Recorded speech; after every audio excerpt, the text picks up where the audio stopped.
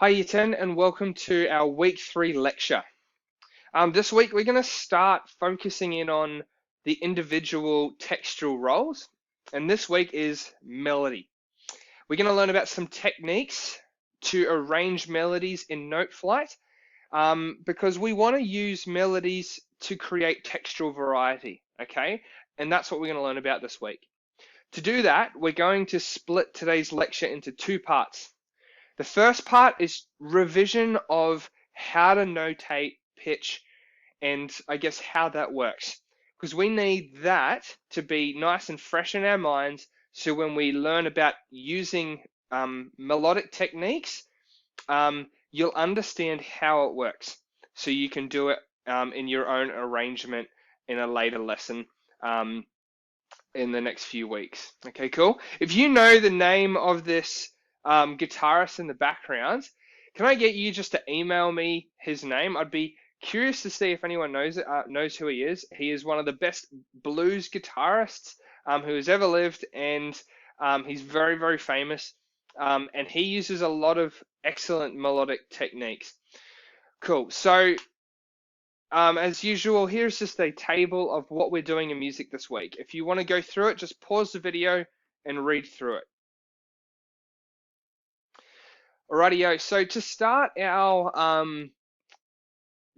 lesson, I'm going to ask you to draw some things into your school book.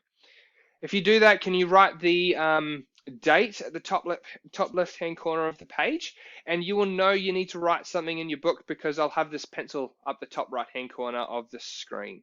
Okay, cool. So let's start with drawing some treble clefs. We need to be pretty familiar with drawing these. So can I get you to start off by drawing a stave, which are these 5 horizontal lines, and then draw 5 of these treble clefs.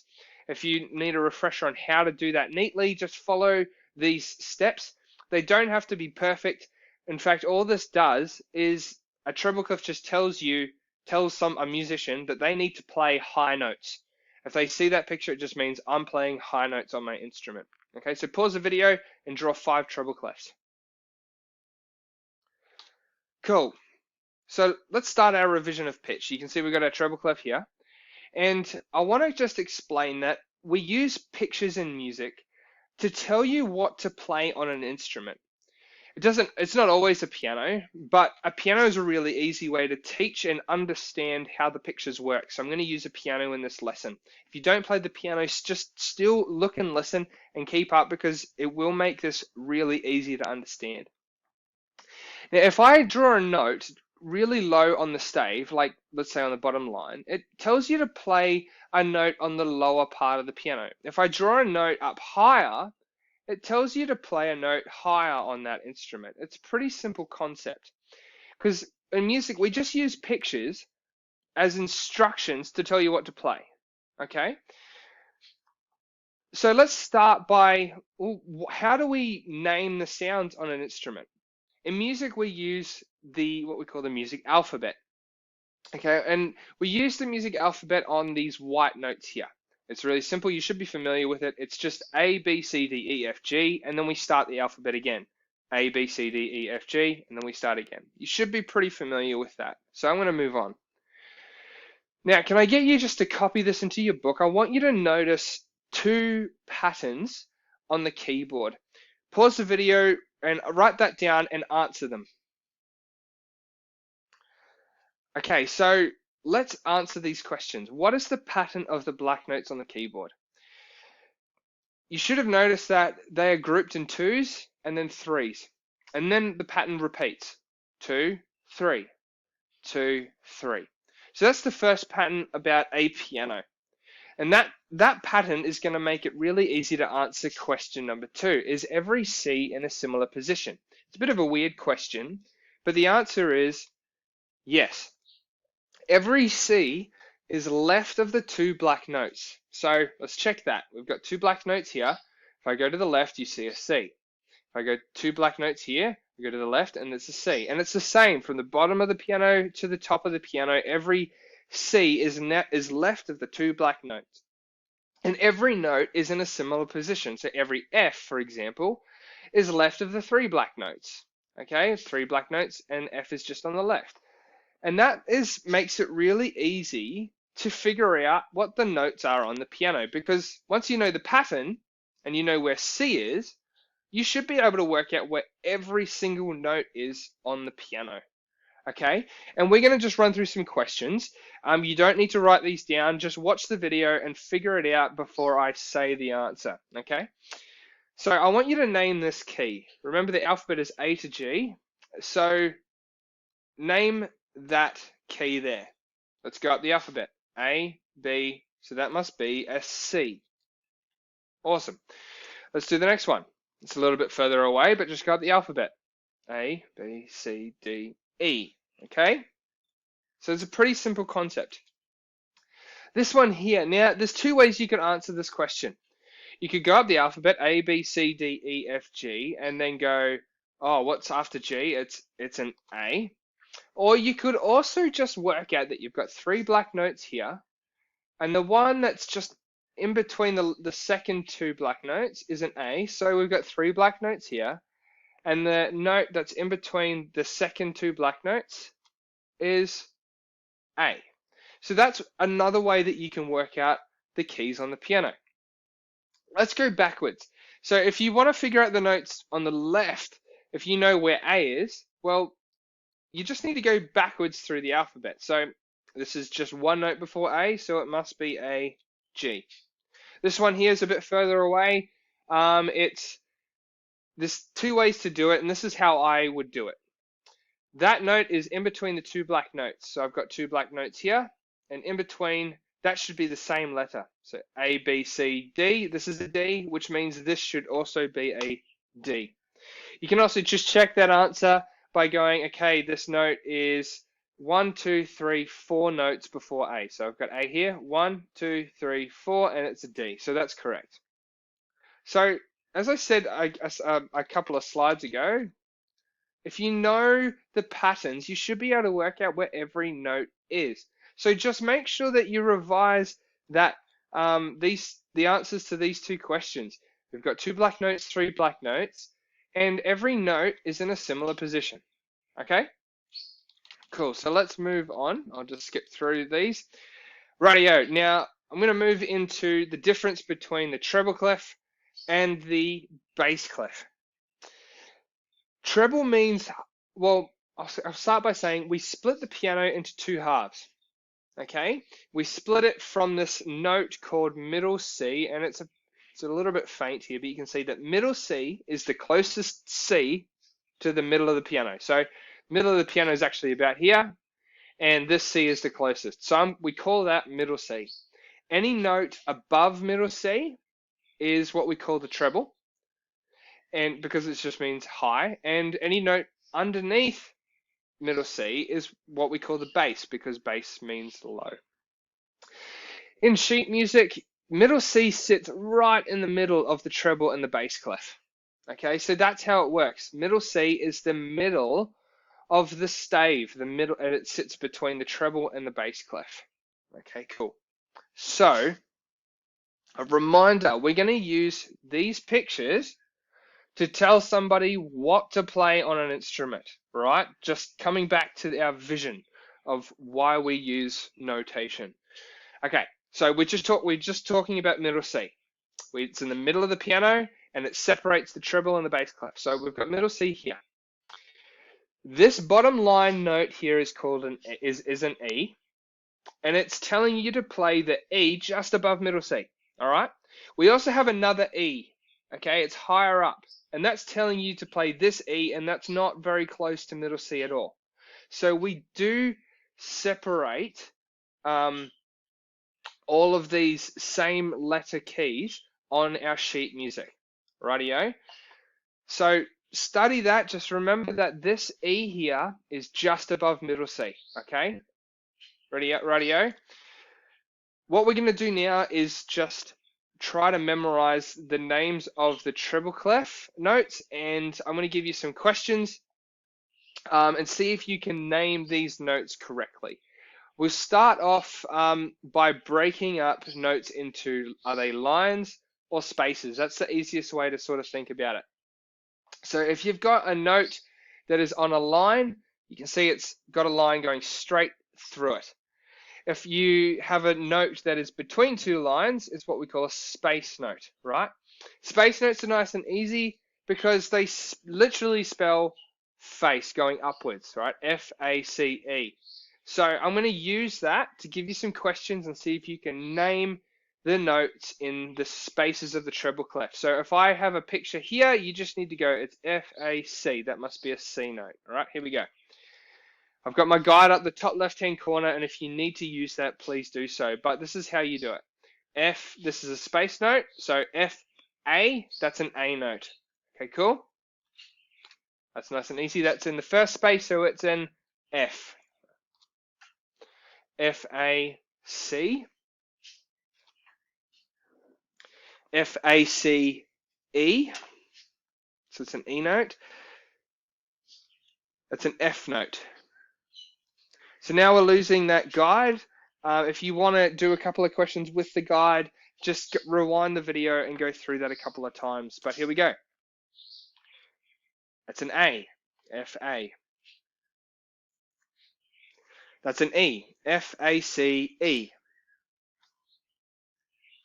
That's a C, F-A-C.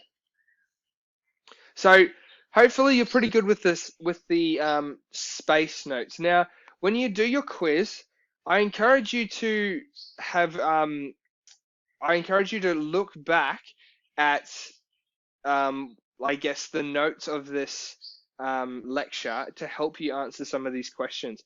In music, I liked you to use reference points to know, or to figure out what the note is. You don't have to do it just from memory.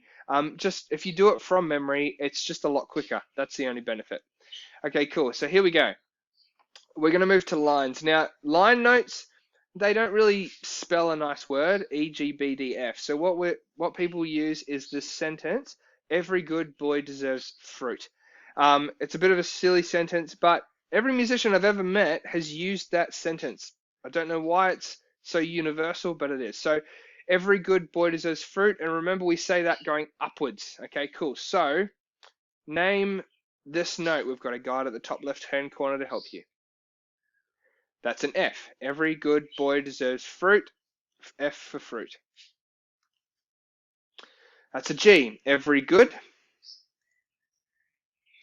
That's a B. Every good boy. That's E for every. D for deserves. And now we've lost our guide. So let's try to do it from memory. That's a B. Every good boy. E for every. G. Every good. F. Every good boy deserves fruit. D. Every good boy deserves. Cool. So what we're going to do now is just go through a bit of a memory game. I'm going to give you a mixture of lines and spaces. The first thing you need to do is figure out, is it a space or a line note? Okay, if it's a space note, use face. If it's a line note, use every good boy deserves fruit. Okay, cool, let's go. That's a space note, so we spell face, F-A. This is also a space note, F. That's a line note, so every good boy deserves fruit. Now, I'm just going to say the correct answer from now on, and hopefully you're able to figure out the rest and why it's correct. G. B. C. E. B. E. D. E. F. G, F, A, D, E, C. Rightio. So now we're going to start our work on melodic techniques. Can I get you to pause this video and copy down this title? It is octave. We need to use octaves this week. That's our main thing, our main melodic technique that we'll be learning about today. The definition of octave is, an octave is the distance from one note to the next. Please pause the video and write that out.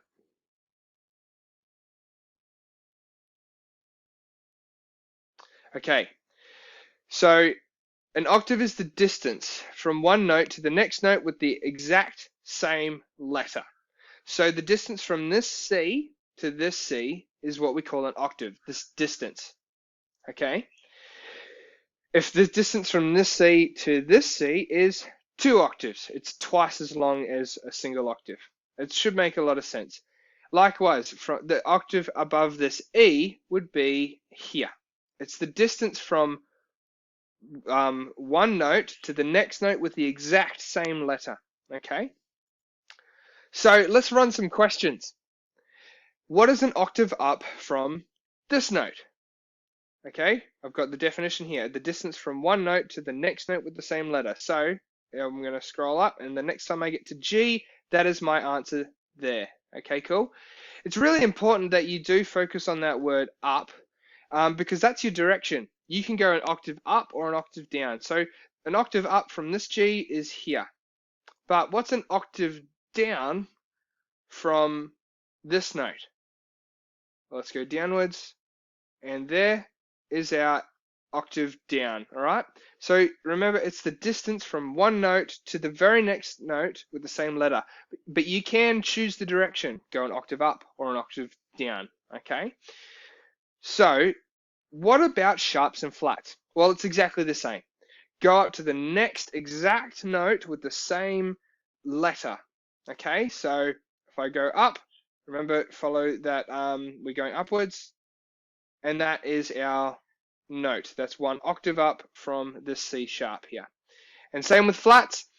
If I go an octave down from this flat, I land here. Okay, so that's what octave is. It just means to play on an instrument an octave up from, well, play the next note with the same letter. Now I guess, how can we use octaves? You know, and let's not just focus on the piano. We use octaves in music to, I guess, move a melody up higher. If we want a melody to sound exactly the same, but higher, then we can move it up an octave. We just got to make sure it's going to the correct letters. So I want to work out, what is this letter here? Well, it's in the bottom space, or it's just below the bottom line, sorry. So it's this note here, it's a D. This next note is on the bottom line, so it's an E, and this is on the second line, so it's a G. Okay, D, E, G. If I want to rewrite this melody up here in a higher octave, one octave higher, I need to write this D note here on this line. I need to write this E note here in this space. And I need to write this G note here in this position right there. So that's what it should look like. So let's check. That second top line is a D. This top space is an E, and this note above the stave is a G. So it's correct. This melody and this melody are the same. However, this one is one octave higher than this one. Okay? So why would we play a melody in different octaves? Well, I'm going to give you just 2 reasons straight off the bat.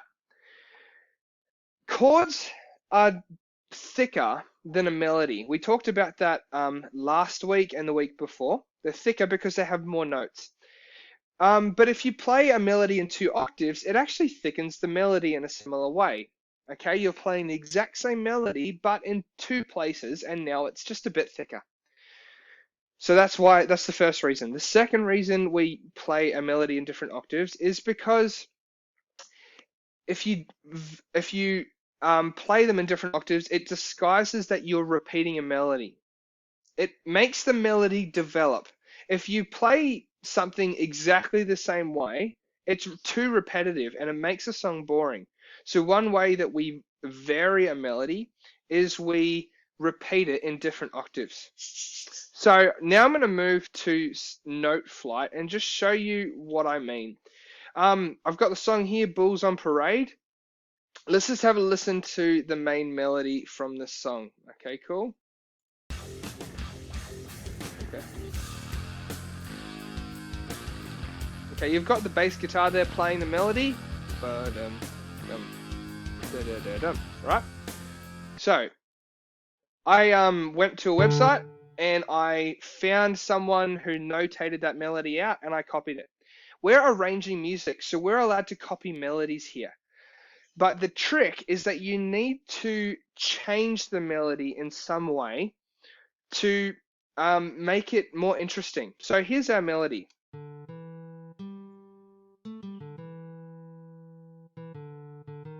Cool. So that's our melody. Now what I want to do is I basically just want to, whoops, spoilers alert. I want to repeat it, but I want it to not sound so repetitive. So let's listen to it a couple of times in a row, and you might find it starts to sound too repetitive.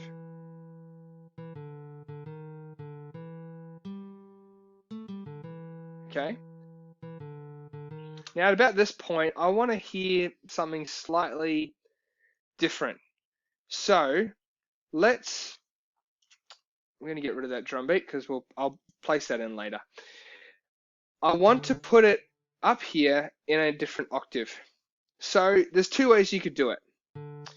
I'm going to just put the exact same note, whoops, here, but in a different octave. Now if I go to the piano, I can check to see if that's right.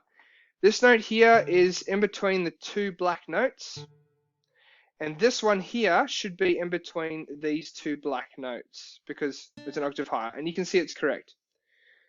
Right, so that's how octaves work. Now that's one way to do it. You could literally just copy the notes one at a time and make sure you get the right picture, but there's a faster way to do it. And it's literally using copying and paste.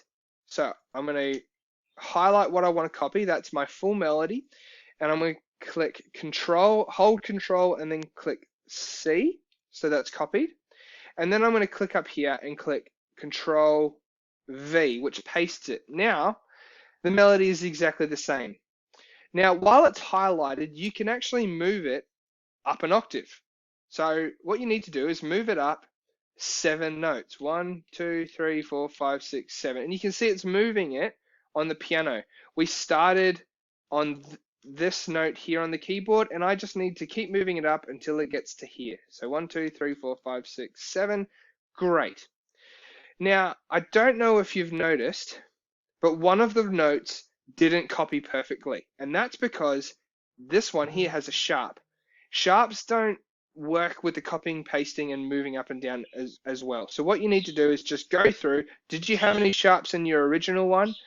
Click on it, and then click sharp. So let's have a listen. Okay. Now, you can see it's a bit thicker than what it was originally. So that's what I've just copied the melody up an octave. So remember, the direction is important too. We went from this octave and we went up to this octave here, and I got a different instrument to play it. Now let's try going an octave down. So this is what I would do. There's two ways you could do it. You could move it. Remember we said put the keyboard up, and we need it to get down to this note. So I'm going to move it down 7. 1, 2, 3, 4, 5, 6, 7. And now it's there. And you could play it.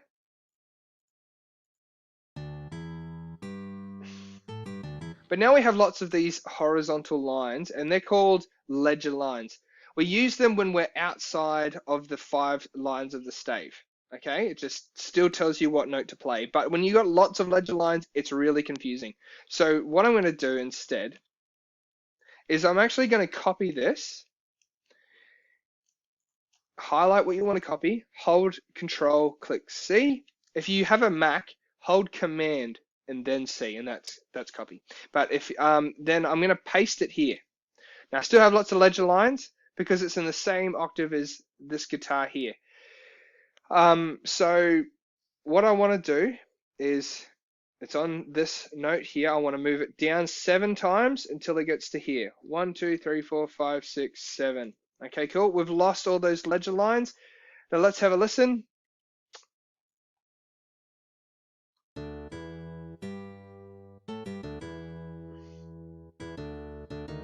Cool. Now that last note sounded terrible, and that's because the sharp, once again, did not copy properly. So I make sure I change that to a sharp.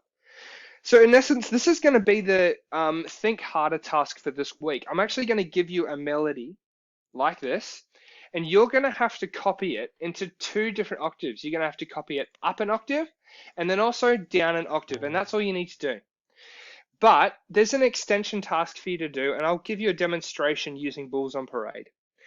If you play a song just in 3 octaves, sure, it's thicker, but so far we haven't got the variety. So what I want you to do is to arrange the melody so that it gradually gets thicker and it has what we call textural variety. So I'm going to copy that, and now I'm going to delete it. I want it to come in. Let's say it's going to play there the first time and play here the second time. I want it to play in the last 2 bars. So I'm going to put my highest octave there. Now what I want to do is get rid of this bottom octave, and I want to bring it in later. So I'm going to click delete, and I want this melody here to play twice. So 1, 2, and then I want to bring that lower octave in. Okay, cool. And then I want it to repeat. Now there's a little keyboard shortcut. You could paste it in here again, but if you've still got it highlighted and you want it to repeat the exact same way, whoops. If you want it to repeat the exact same way, just press the letter R on your keyboard for repeat. And now it's repeating. Now let's have a listen to see, is it getting thicker? Is the melody getting thicker? So it's pretty thin. Okay. So now the bass is coming in. See, it's developing now. And now the high octave. Cool. Now it's sounding a lot better now. It's got textural variety. The melody is playing in different octaves and is coming in at different times.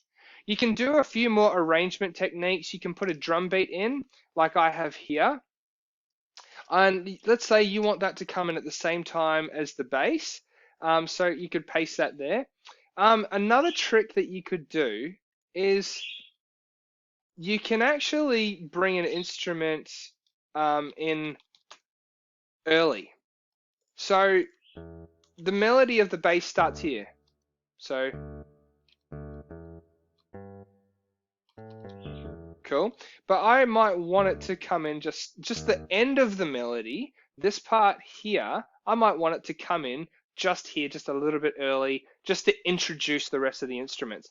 Let's have a listen to this arrangement. You can just see I'm using copying and pasting and moving things up and down a lot.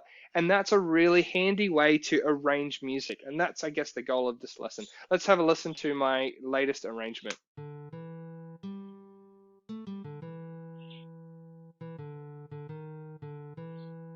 Okay, the bass is going to come in early. Now.